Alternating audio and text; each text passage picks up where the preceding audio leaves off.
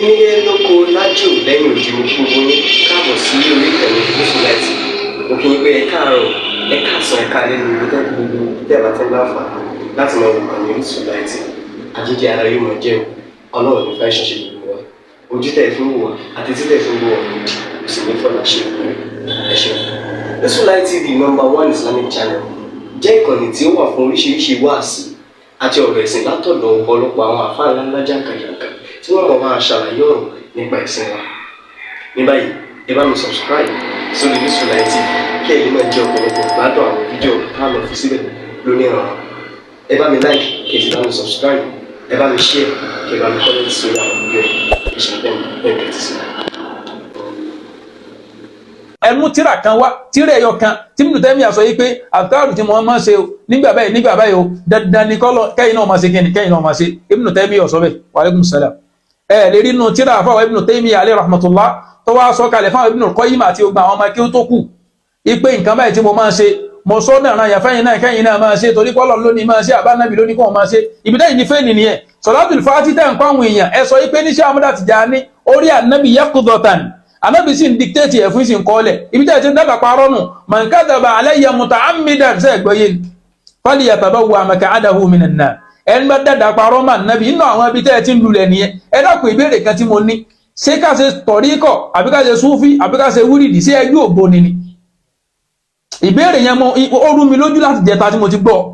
ṣé ẹgbẹ́ ògbóni lẹgbẹ́ tó fi dé pé ẹni tó bá ṣe súfí láàárọ̀ tó bá lóhun ò ṣe mọ́ ẹ mọ̀ lépa kẹ́ẹ̀pá ẹni bá ní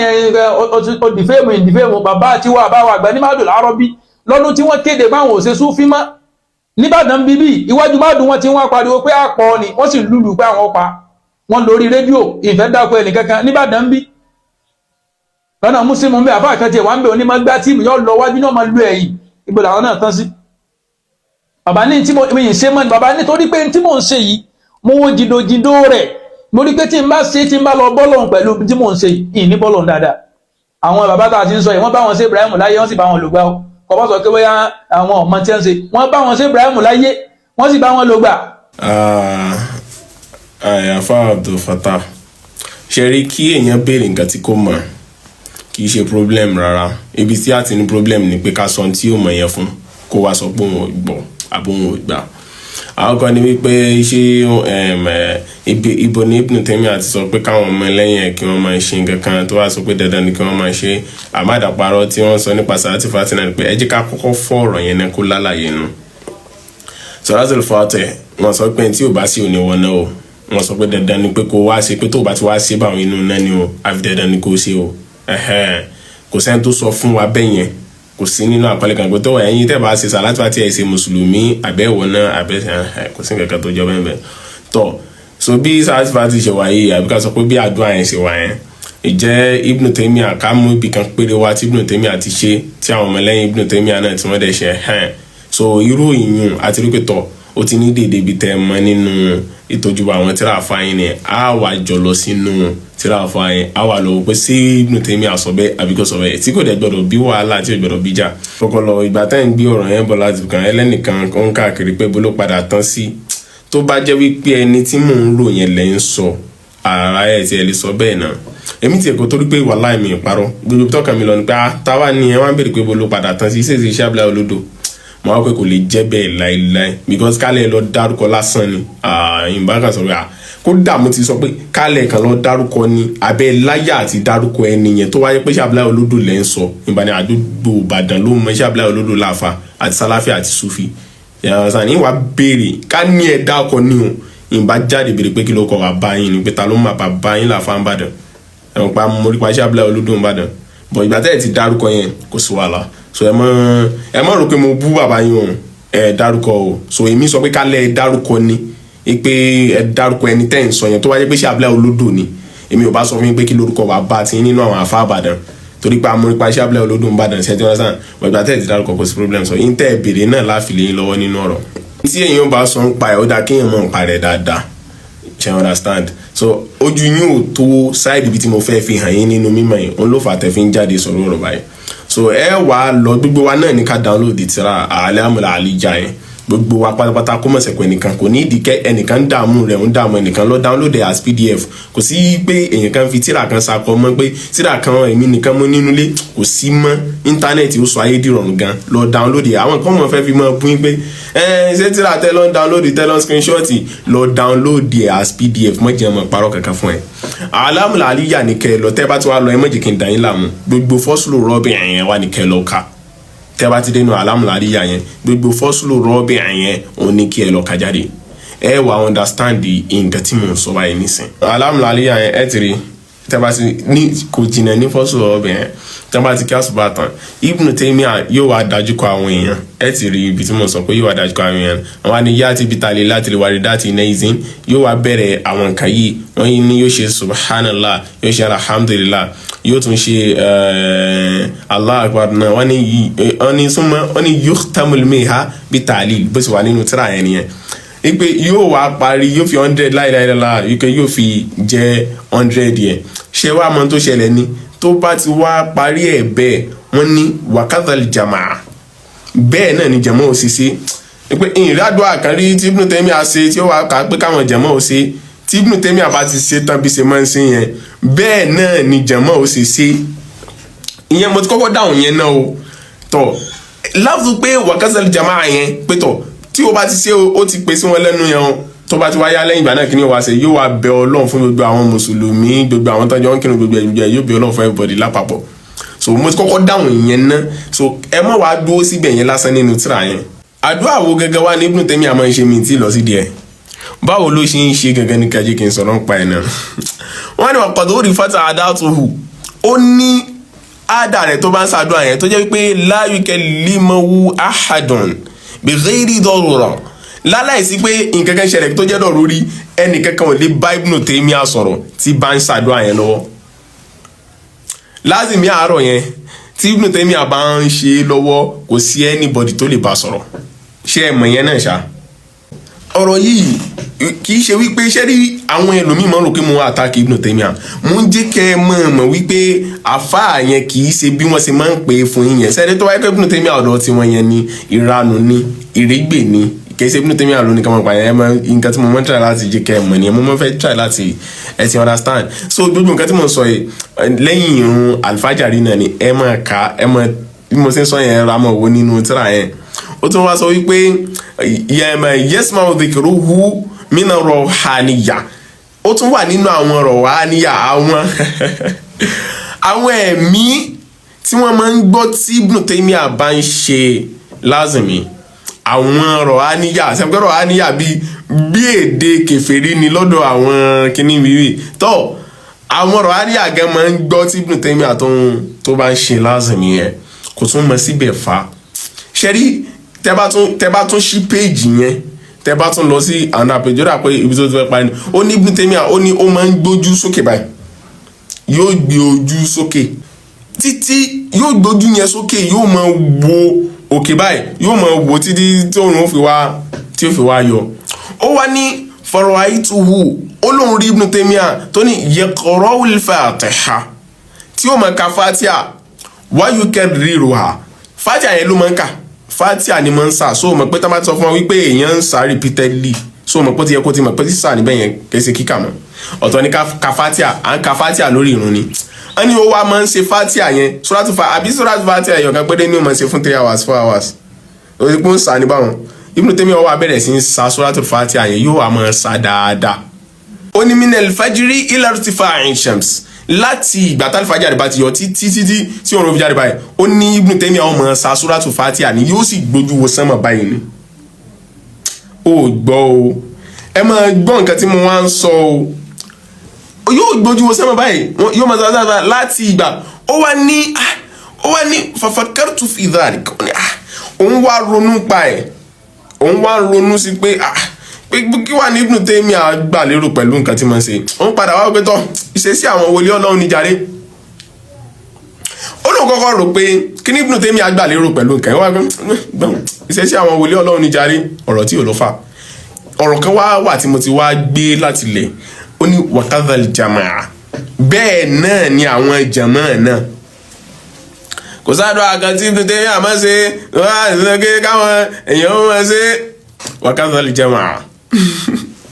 ọlápá yìí ò fẹ́ ṣe torí ẹ̀ ni ò ṣe kàn yín mẹ́sẹ̀gì yẹn ò ṣe kàn yín àwọn tí wọ́n wá pẹ̀lú Ibn Taymiyyah àgbà náà wọ́n jọ ń ṣe ni ṣe ti gbọ́ so àdúrà wà tí Ibn Taymiyyah àmọ́ ṣe àkọ́kọ́ nìyẹn kí wá ní àdúrà yẹn gangan ẹ jẹ́ wá gbé jáde fún yín àdúrà yẹn wá lẹ́ ń wò lókè ṣe ládùá yìí kì í ṣe tànábì ó jọ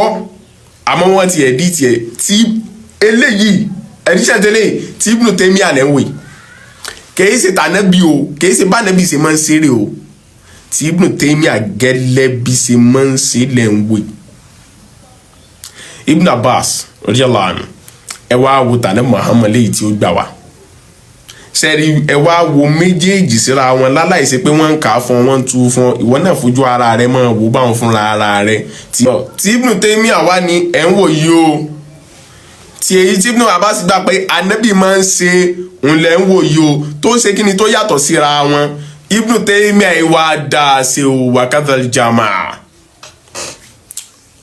tọ́ ọ̀tọ̀ wá nìyẹn nínú ọ̀rọ̀ yẹn mo ti ṣàlàyé nìyẹn pé ọ̀rọ̀ owó gan ṣé yẹn lè wá lè ṣàṣkàrù gan nǹkan kan rárá dẹ̀ ọ̀rọ̀ Salatul Fati tí Àfà Fatai ń sọ yẹn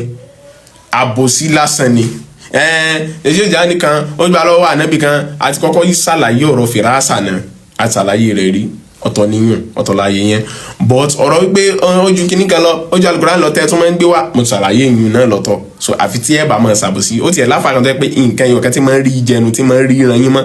torí pé ó kàn fẹ́ paint Sufi black náà nífa Àfà Fatai yìí wá ni mo wá fẹ́ bá sọ̀rọ̀ ní ìsìn kò gba ẹnu yín in any way sẹ́rí nígbà tẹ́ ẹ kàn rọra lọ sọ wípé ẹnìkan tó ń ṣe kíní kan níbo ló tán sí yẹn kálẹ̀ ẹ lọ dáko ni bí n bá ṣe ya yín kò bá yàtọ̀ bọ́tẹ́ ẹ̀ tí ìjẹ gbèsè kí n farabalẹ̀ ya yín o intense yẹn kò gbẹnu yín rárá o rárá àti rárá kò gbẹnu yín o máàdù tẹ́ ẹ lọ ilé kéwù yẹn alibarika onísúfì onílé kéwù náà alibarika babalanẹsẹ ń bẹ nílé kéwù náà alibarika Alhaji Ibrahim bẹ nílé kéwù máàdù náà ẹ wá mọ tó ṣẹlẹ̀ ní àwọn tí wọ́n wá jáwọn bàbá ní máàdù tí wọ́n jáwọn àfáà ní máàdù èèyàn rẹ ni wọ́n èèyàn yìí ni wọ́n alábàríkà èèyàn sí ni wọ́n ìntì ìrírí kíkà nínú àwọn ọmọ bàbá máàdù jáde kí wọ́n sọ̀rọ̀ sí Sufi àbí ká sọ̀rọ̀ sí yàbí wọ́n ìntì ìrírí Mọ̀lánà tí Ọlọ́run kádàrá pé kí wọ́n papòdà láìpẹ́ yìí nígbà tí wọ́n bí wọ́n nípa Sheikh Ibrahim wọ́n sọ pé onímọ̀ ni bàbá yẹn o kìí ṣe báwọn èèyàn ṣe ń ṣe Sufi ni bàbá yẹn ṣe ń ṣe o ìmọ̀ tí wọ́n gòkè o wọ́n ní kódà tí Sheikh Ibrahim bá dé Èkó ipe àwọn ni bàbá máa ń rán lọ sọ́dọ̀ Sheikh Ibrahim níbo wá ní irú àwọn Àfà Fatai yìí wá ń gbà náà tọ́ alibarika bàbá àgbà ń lé lánàṣẹ òun náà sì tún ni má bì yẹn bàbá àgbà lánàṣẹ onísúfì àgbà sí ni wọ́n nínú Ìbàdàn yìí tó jẹ́ wípé kò sẹ́ni tó ṣe Sufi Ìbàdàn tí ò ní mọ̀ wọn náà tọ́ báyìí ní ìsìn kí wá ní irú Àfà Fatai yìí ó wá fẹ́ sọ̀rọ̀ nípa tasawufu sí tó bá mọ̀ pé òkè ó fẹ́ sọ̀rọ̀ nípa Sufi ó yíwò tó wà láyé Àfà Fatai tó sọ rárá in any way wà lọ pé gbogbo àwọn ọmọ bàbá máàdù jọ pé káwọn nìkan wá sọ fún wa pé tọ èèyàn burúkú ni àwọn Sheikh Ibrahim o Sufi ò dá o sàrásì àti kìnìkan wípé ní tó sì jẹ́ ń dárúkọ máàdù ni wípé tí ẹ bá sọ pé ilé kéwò lèyàn represent tó fi ń sọ ìsọkúsọ bẹ́ẹ̀ yẹn èèyàn rò pé wọ́n kọ yín bẹ́ẹ̀ ni èèyàn onímọ̀ pẹ̀tọ̀ àwọn tí wọ́n jẹ́ olùkọ́ ní ilé kéwò yẹn ṣe bẹ́ẹ̀ ìlànà bàbá tán papòdà láìpẹ́ gan àwọn náà wọn kì í ṣe bẹ́ẹ̀ so téèyàn bá ti wá wákù wá mọ́ tí wọ́n kọ tó jẹ́ nǹkan dáadáa òun ni ó fi rí rèkúrè àmọ́ gbogbo nǹkan tí ń ṣẹlẹ̀ ìgbà tí oníkálukú fẹ́ fònà òun ló fà á tí ó fi di wípé oníkálukú bẹ̀rẹ̀ ìsọkúsọ nípa tasawufu gbogbo àwọn àgbàlagbà rẹ̀ ní máàdù wallahi wọn kì í bú Sufi so téèyàn bá wá fẹ́ sọ̀rọ̀ nípa tasawufu nínú kó o béèrè ní tí ò bá yọ kó o sùn ní tó o mọ̀ nípa rẹ̀ tó dáa èyí tí o rí pé àwọn kan wọ́n ń ṣe tí ò dáa yẹn tó o bá jọ ń Sufi tí o bá jọ ń Sufi o ti understand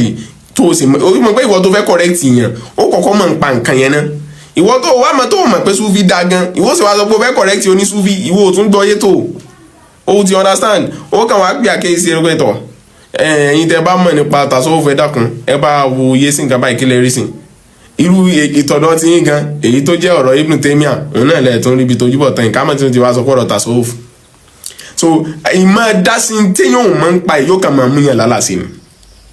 so ó kàn dọ́wọ́ oníkálukú dé pẹ̀lú ntẹ́ ẹ bá fẹ́ máa tẹnu bọ̀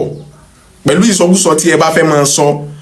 tó o bá mọ̀ wípé o ní nǹkan kan tó fẹ́ takò nípa Sufi máa jáde tán má máa sọ wípé òun fapá kan máa kí wa òun fapá kan máa bú wa tọ̀ so irú afáfàtà yìí àwàláì in tó dáa jù táfàfàtà yẹn sí ni pé kò dákọ ẹni tí ó ń sọ wípé ibo lẹni yẹn náà tán sí bó tiẹ̀ sí pé òun náà ò tí ì mọ̀ bí tóun ó tán sí o kò wá dákọ ẹni yẹn ọkàn mi wá sọ pé àbíṣà Abdullahi Olodo ló ń sọ ni tó bá jẹ́ bẹ́ẹ̀ ni ìbákanjá ló kà táwọn bàbá rẹ̀ ń bàdàn torí pé Sheikh Abdullahi Olodo tó bá jẹ́ pé àwọn ló ń dákọ ni bàbá ẹlòmíì làwọn náà bàbá tiwa sì ni wọ́n ó ti understand wọ́n sì mọ̀ wọ́n nínú ìjà fún àbàdàn wọ́n bá ká níbo wá ni wọ́n tán sí àwọn àfàwà àwa béèrè pé ibo ni bàbá tiẹ̀ náà tán sí táwọn bàbá dákọ̀ bàbá rẹ̀ tí wọ́n bá mọ̀ láwùjọ àfà but in so like me disrespect yín àbí kí n sọ wípé bàbá yín ò jámọ́ kankan o ìgbà tẹ́yìn náà sọ pé Sheikh Abdullahi Olodo jámọ́ kankan tọ̀ mí sọ yẹn ìyẹn kọ́ ni mò ń sọ mò ń kàn sọ pé kálẹ̀ ẹ̀ dá kọ́ ni so tẹ́ bá dẹ̀ fẹ́ dá sí ọ̀rọ̀ tasawuf náà ẹ̀ mọ̀ ń tẹ̀sán ẹ̀ fẹ́ tó jà lẹ́yìn jáde pé ẹ dárúkọ tíra àti dárúkọ tíra kan ó ní mo ti dárúkọ yẹn so mo dẹ̀ tún sọ sáìdì tẹ́ wò tẹ́ aláya fún àbátá yìí ẹjọ́ torí Ọlọ́run ẹ má jà ní problem rárá kẹjá máa dùnnú síra wa látọ̀ọ̀kan tẹ́ ẹ bá ti ní tí ó da tẹ́ fẹ́ sọ ń pa wa ẹ lè dákẹ́ sódà ẹni tẹ́ náà ni o kì í ṣe wípé ẹ lè dákẹ́ yẹn kì í ṣe pé ẹ̀bẹ̀ o sódà ká ẹ mọ̀ tẹ́ náà ni o tọ́ kọ́ lọ́n kó mọ̀ tẹ́ wa so salamu alaykum.